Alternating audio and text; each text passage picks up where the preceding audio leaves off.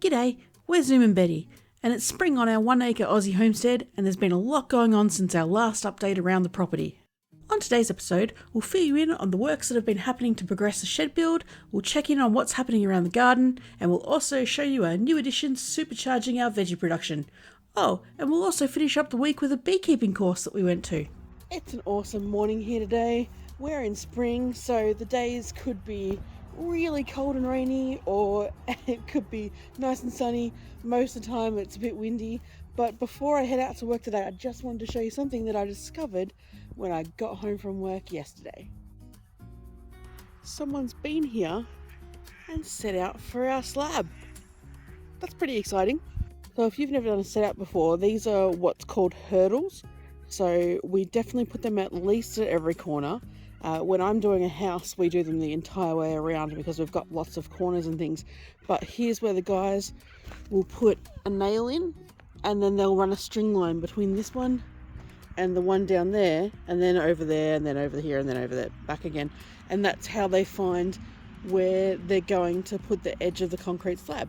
And then you can see here, they've got X's on the ground, and that is where they're putting piers. So Betty's father is going to be coming past and adding some additional rock to the back just to shore it up a little bit more. He's an earth mover, and we are so thankful for all the extra help he's been able to give us in this setup process, because it's saved us a ton of money. But that's really exciting. We don't know when the slab's getting done. They didn't tell us that they were coming to do this bit, so it's all exciting surprises at this point. So very cool. Anyway, better get off to work, and I'll give you a run around the Savo because we've had a bit going on. So the rest of today was amazing. I've got home from work and borrowed the mower, so I've run around doing a bit there, and as I've come down to do a bit more tidying with the whippersnipper, I've noticed this rock has arrived.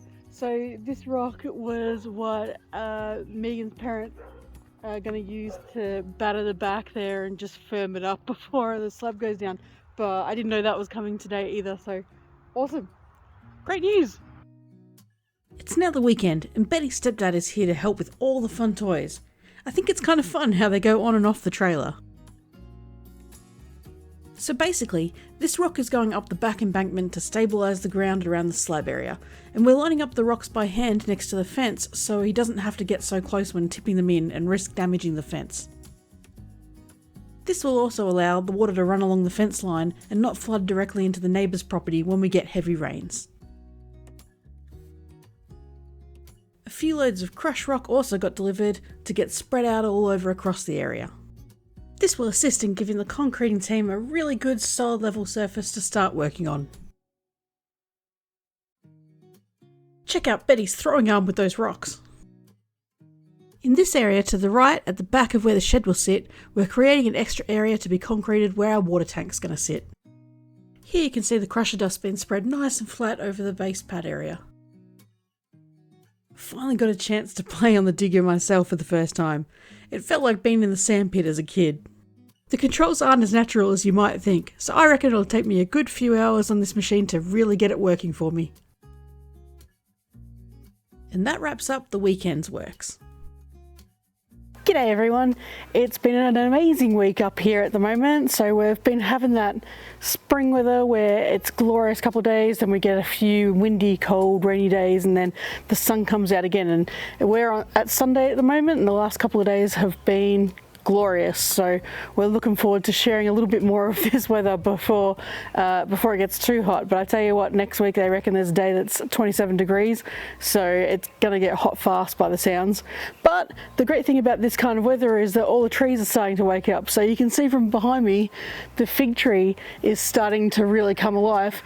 And not only do we have leaves going on, but the figs themselves have actually started popping out. And there are hundreds of them, so that's pretty exciting. We've had a lot of movement at the station behind me at the shed area this week.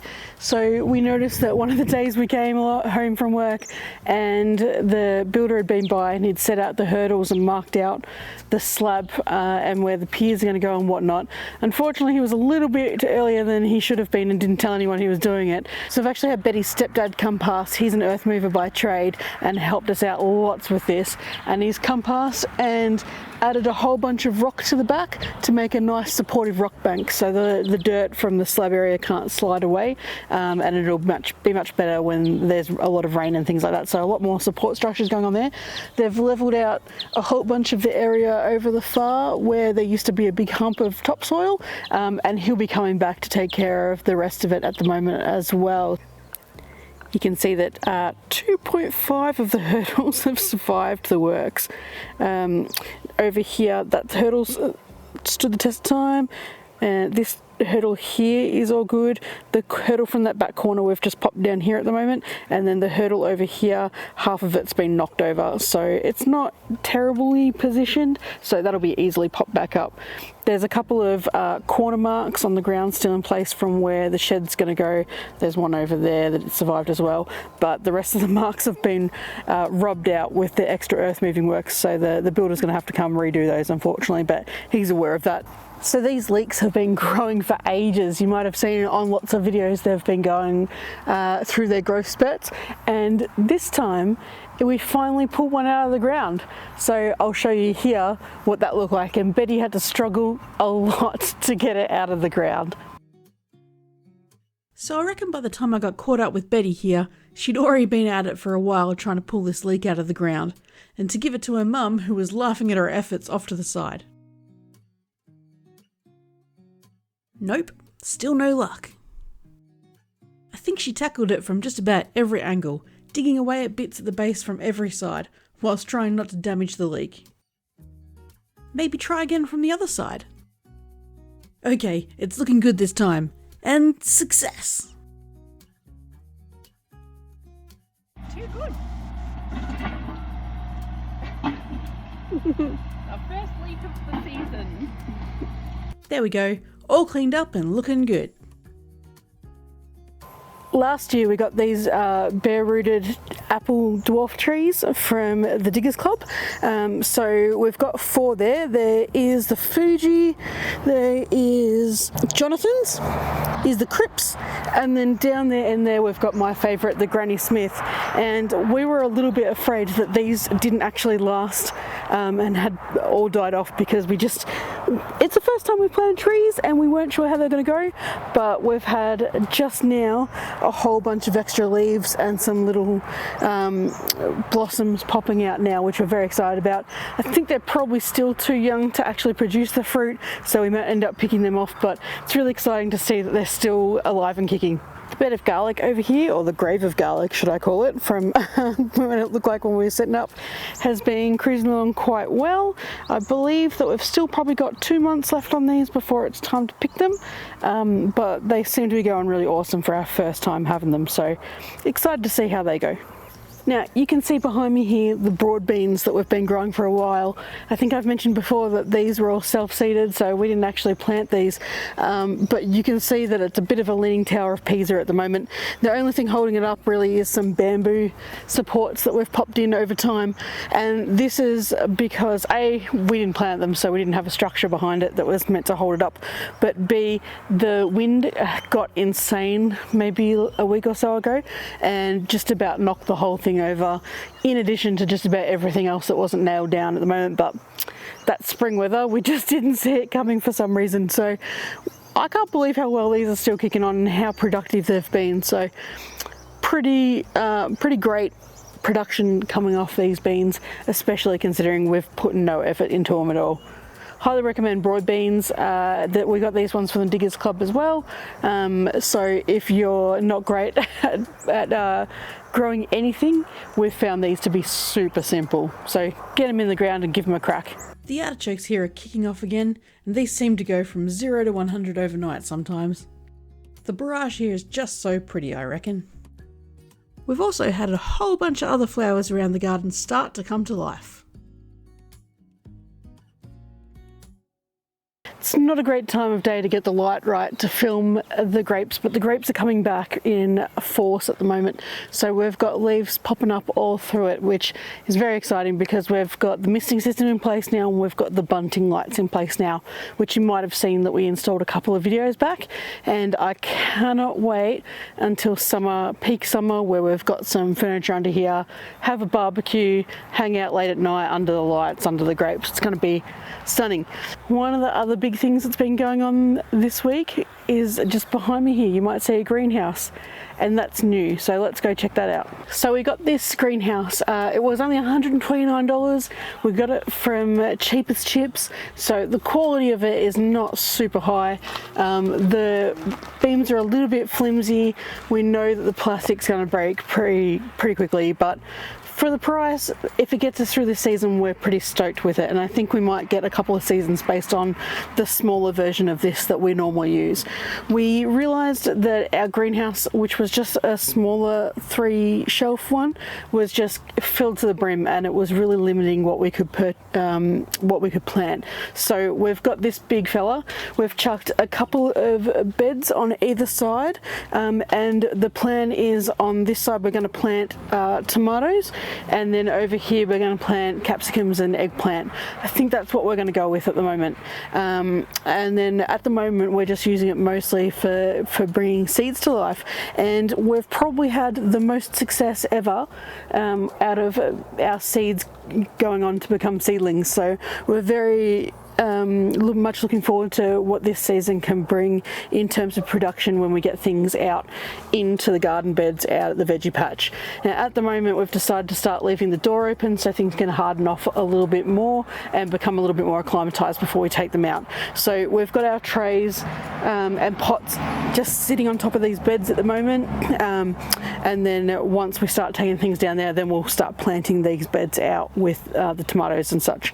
And then at the back here we've got just a U-shaped bench that I just popped together from just random materials we had around the house, left over from previous projects, and some of this stuff was left behind by the previous owners, so why not put it to use. So we've made this bit, and then we've got a shelving unit here, and then Betty wants me to create some smaller shelves that are going to go on the side here. She just likes things to be aesthetically pleasing, so I'll probably do that when I get time. I found a little spider. I'm going to put him outside. So in these pots at the moment we've got a whole bunch of tomatoes pretty much on this side. So these ones are all Granny's throwing tomatoes. Down here we've got a mix of a few more Granny throwing tomatoes, Roma tomatoes. We've got some Rouge DM. I can't remember what the DM stood for, but Rouge tomatoes. There's little moneymaker ones, which are like a cherry tomato sort of thing. And yeah, they're cracking on really well. And then over this side, we've got tons of different flowers that we've planted through here, so they really need to be repotted. Over in this next one, we've got broccoli, mini cauliflower going on. One sweet corn has decided to join us, and then down the end, we've got the bologna beans. So these are all the bologna beans here, and they are going really well, so they need to be repotted as well. We've got some basil, coriander, eggplant and capsicums going on in this bed, and then these ones here which are just going crazy. Oop, camera's caught. And then over here, which are going crazy, are our zucchinis. So there's a mix of green zucchinis and yellow zucchinis in this area here, and we're just not too far off planting them outside as well. So they're the main ones that we're trying to harden off a little bit more at the moment to make sure that they don't get too much shock when we move them out. Probably not everyone has seen our orchard before if you've only joined us recently. Our orchard isn't massive, but it is existing when we found the place, and there is a whole bunch of apricot trees and a whole bunch of peaches trees. So we were sort of referring to this place as the Little Apricot Acre for a while. Betty thinks that would be a good farm name for us, so that might be what we stick with, but if you've got some better ideas of what we should call our farm, let us know. Pop it down in the comments. Looking forward to seeing what people suggest.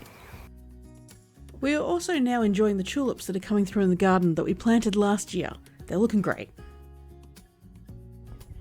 Betty and I are just heading out to Ballarat today to go to a beekeeping course, which we're really excited about because we wanted to make sure when we get bees we do the right thing by them. But before we go, I've just run around and watered the gardens because today it's going to be 28 degrees. It's a bit windy too. Hope that doesn't bode badly for fires, but we'll see how it goes. But the garden's great. A couple of days ago we planted out the zucchinis. So the green ones are on that side, the yellow ones are on this side, and then we've got a couple of button squash up the end there. I'm sort of expecting that not all of these guys are going to survive. If they do, it's going to be quite crowded, but we'll see how it pans out. If anyone remembers a couple of videos ago, the nasturtiums got smashed by the frost in the morning, and there was a couple of comments being like, don't worry about it, they'll come back to life, and no fooling, they are killing it again.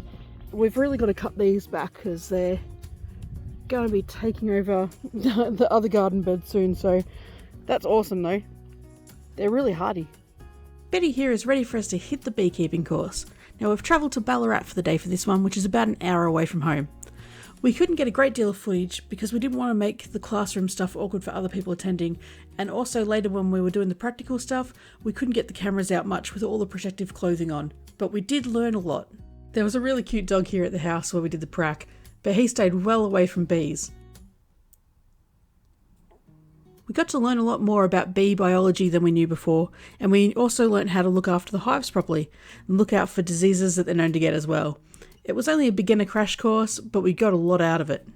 Here's a question for all you bee enthusiasts. Does the queen run the hive, or does the hive run the queen? The more we learned about it, the less we realised we knew about how they live their lives.